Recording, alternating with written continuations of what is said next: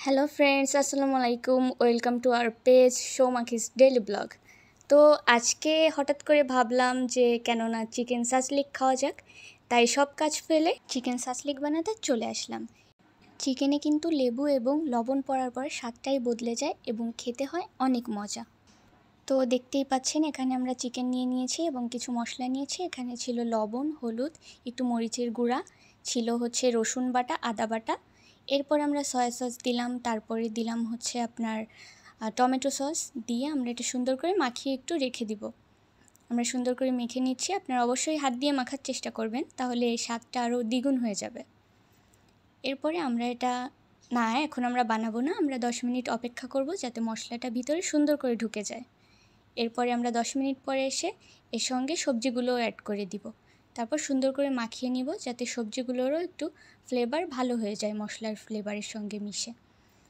তো সবজি এখানে দেখতেই পাচ্ছেন আমরা নিয়েছি হচ্ছে ক্যাপসিকাম, গাজর, টমেটো আর হচ্ছে পেঁয়াজ।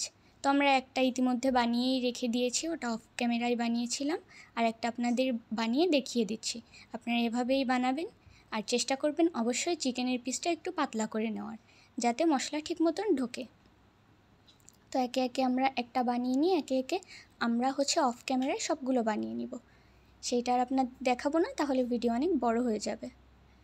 এই যে আমরা সবগুলো বানিয়ে ফেলেছি। এরপরে আমরা কড়াইতে একটু তেল দিয়ে নিয়েছি, যেটা দেখাইনি। তারপর একে একে সবগুলো দিয়ে দিব। দিয়ে দেওয়ার পরে এখন আমরা হচ্ছে এটা দিয়ে একটা সুন্দর মশলা বানাবো। মশলা বানানো বলতে তেমন কিছু না, যে মশলাটা বেঁচে ছিল ওটার সঙ্গে একটু সরিষার তেল অ্যাড করে আমরা এটা মাংসের গায়ে বারবার একটু ব্রাশ করে দিব। তারপর উল্টে পাল্টে নিয়ে এই তো কালার যখন হয়ে আসবে তখনই আমাদের চিকেন সাসলিক একদম রেডি হয়ে যাবে। আপনারা অপেক্ষা করলেই কালারটা দেখতে পাবেন। আপনারা দেখতেই পাচ্ছেন আমাদের সাসলিক রেডি। এই তো আমাদের সাসলিকের ফাইনাল লুক। এটি এখন গরম গরম আমরা সস বা সালাদের সঙ্গে খেয়ে নেব। এটি খেতে অনেক মজা।